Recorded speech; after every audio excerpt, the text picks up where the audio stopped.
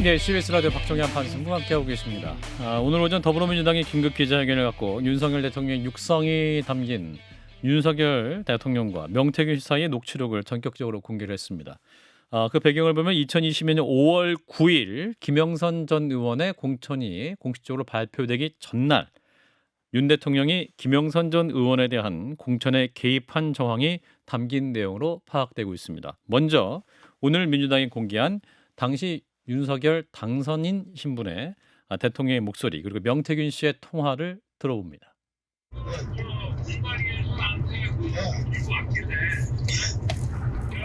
김영선이 경선 때도 열심히 뛰었으니까 너는 김영선이 좀 해줘라 그랬는데 그게 말이 많네.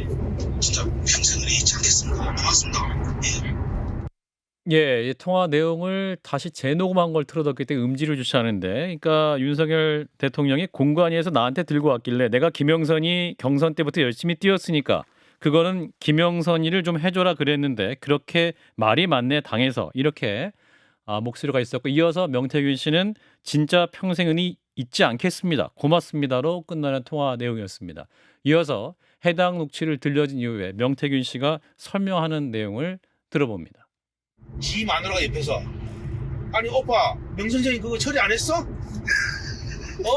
명 선생님이 이렇게 아침에 이래 놀라셔가지고 전화 오게끔 만든 이게 오빠 이거 오빠 대통령으로 자격 있는 거야? 그리고 처음에 무슨 말이 많은지 나는 했다 나는 분명히 했다라고 마누라 보고 얘기하는 거야. 그 장관 앉혀 뭐 앉혀 뭐 아무것도 모르는데 이거 앉혀라 저거 앉혀라 안 한 거야.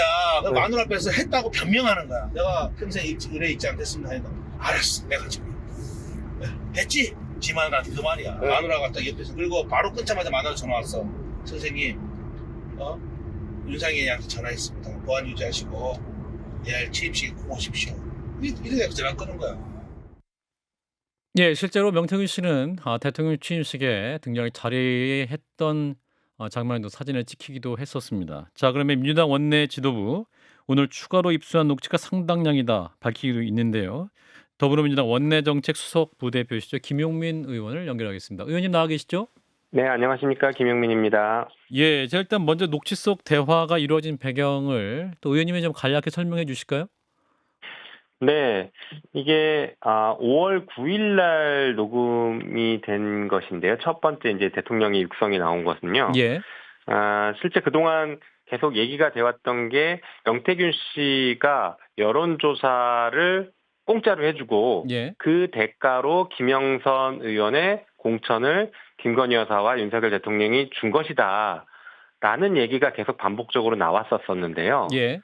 그것이 오늘 대통령의 육성에 의해서 확인이 되는 순간이었죠. 게다가 이제 5월 9일이고 5월 10일 날 실제 공천이 되거든요. 예. 김영선 씨가 단수 공천 받는데 예. 단수 공천 되기 직전 날 대통령의 육성을 통해서 그런 과정들이 정리가 되고 약속을 하는 내용이 나오는 것이라고 보시면 됩니다. 예, 그동안 이제 명태균 씨가 언론사들을 접촉을 하면서 여러 가지 사실을 이렇게 말을 하고 어떠한 내용도 있다라는 것도 이제 간접적으로 표시를 했습니다만, 이렇게 대통령과의 녹취가 공개된 건 처음인 것 같은데 이번 녹취의 의미는 뭐라고 판단하십니까? 네, 뭐 말씀하신 것처럼 그동안에는 당사자들의 진술과 진술에 대한 공방들이 있었고, 그다음에 대통령실은 그 공천에 대해서 부인해 왔습니다. 예. 게다가 명태균 씨를 만난 것도 대통령 경선 때나 만났지 그 후에 대통령 당선된 이유는 안 만났다는 식으로 부인해 왔는데, 그렇죠. 오늘 녹음 파일에 의하면은 대통령실의 말 해명들이 다 거짓말이었다라는 것이 명확하게 밝혀진 상황이다. 그렇게 보시면 좋을 것 같습니다. 예. 게다가 그동안에 계속 얘기가 되었던 명태균 씨나 강희경 씨의 이야기들이 사실이었구나. 진짜 김영선 전 의원의 공천이 대가성이 있었구나. 그리고 거기에 대해서 원래 당에서 공천을 해야 되는데 대통령 당선자 신분이었던 윤석열 대통령과 그 배우자인 김건희 씨가 개입을 해서 공천을 받은 것이구나라는 것을 모든 것을 다 입증하는 아주 의미 있는 녹음 파일이라고 보면 됩니다. 예, 그런데 이제 대통령실에서 바로 입장에 나왔는데 관여 사실을 전면 부정했습니다. 일단 첫째로 당시 네. 윤석열 당선인은 공천관리위원회로부터 공천 관련 보고를 받은 적도 없고 공천을 지시한 적이 없다라고 이제 해명의 첫 번째입니다. 어떻게 들으셨습니까? 네. 일단 대통령실의 해명을 곧이곧대로 믿을 국민은 이제 없을 거라고 봅니다. 왜냐하면 아까 말씀드린 것처럼 명태균 씨를 만난 것과 명태균 씨와 그런 얘기가 있었던 것 자체를 부인했다가 예. 녹취록이 나오니까 이제 갑자기 말을 바꾼 것이거든요. 예. 그러니까 이제 대통령실은 무슨 말을 해도 신뢰도가 없고 매우 신뢰도가 낮은 상태다라고 먼저 접근을 하시는 게 좋을 것 같습니다. 예.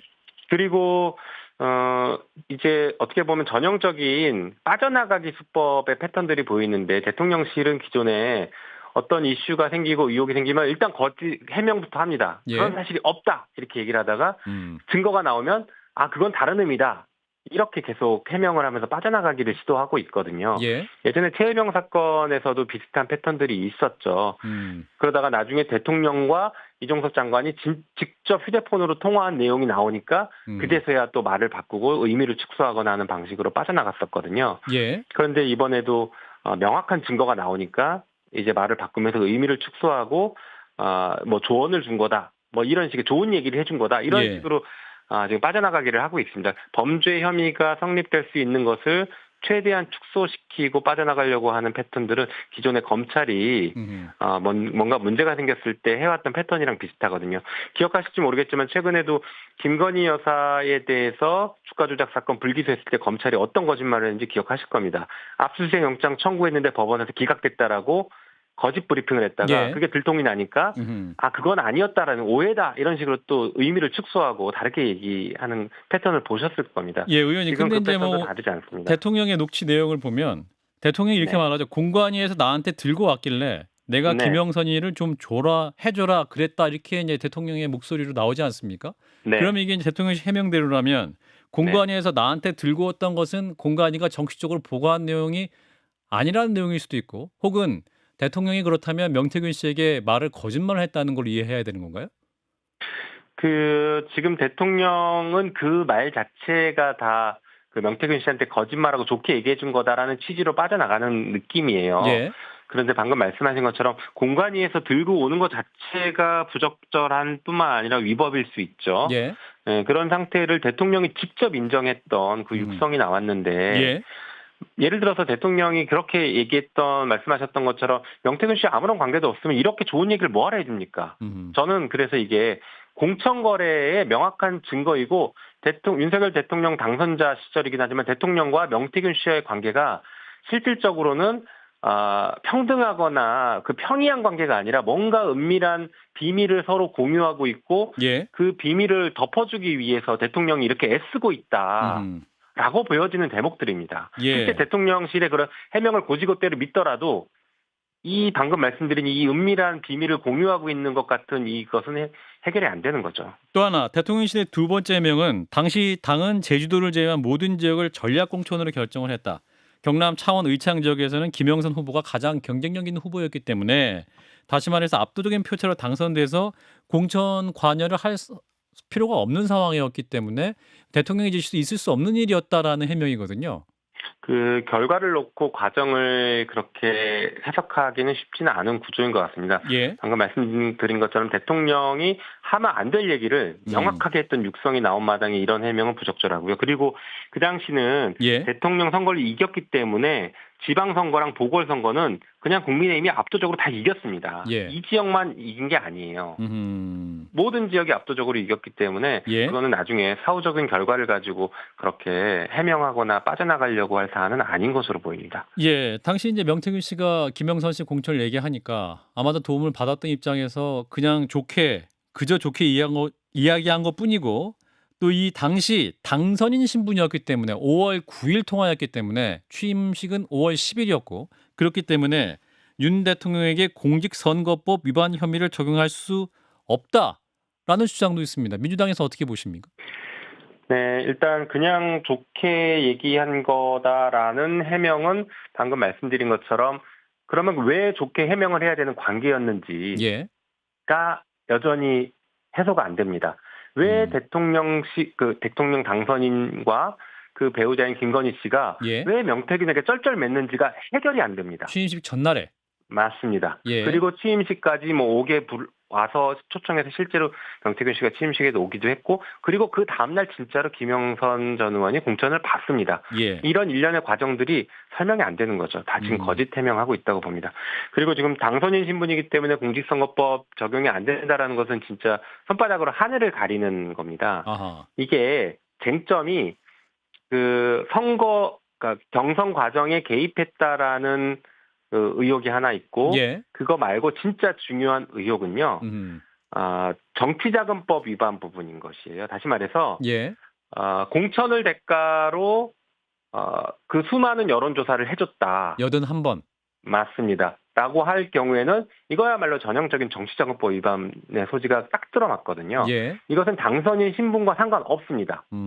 그래서 지금 녹취록 나온 것의 핵심적인 의혹은 두 가지 갈래인데, 하나는 경선의 그 공천 과정을 직접 개입했다라는 의혹이고, 예. 이거는 당선인 신분이기 때문에 되냐 안 되냐는 법리적 논쟁이 있지만 저는 개인적으로는 된다고 보고 있습니다. 예. 어쨌든 간 쟁점이 글로 넘어갈 게 아니라 공천 대가를 주고 정치자금을 사실상 주고받은 이 대가성 있는 거래가 분명하게 지금 또 확인이 된 거거든요. 이 녹취로. 예. 그렇다라고 하면 정치자금법 위반 부분은 빠져나갈 수가 없는 상태다, 이렇게 보고 있습니다. 크게 두 가지 축이다 말씀을 주셨는데, 오늘 이제 민주당 노정면 원내대변인 얘기는 추가로 입수한 녹취가 상당량이다라는 말을 네. 했습니다.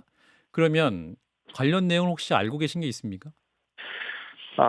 뭐 저도 이제 일부에 대해서 설명을 듣기는 했는데, 그 예. 부분은 나중에 당에서 전략적으로 또 순차적으로 공개를 할 계획이라서 지금 말씀드리기에는 아직은 좀 부적절할 것 같습니다. 하여튼 더 가지고 있는 것은 분명합니다.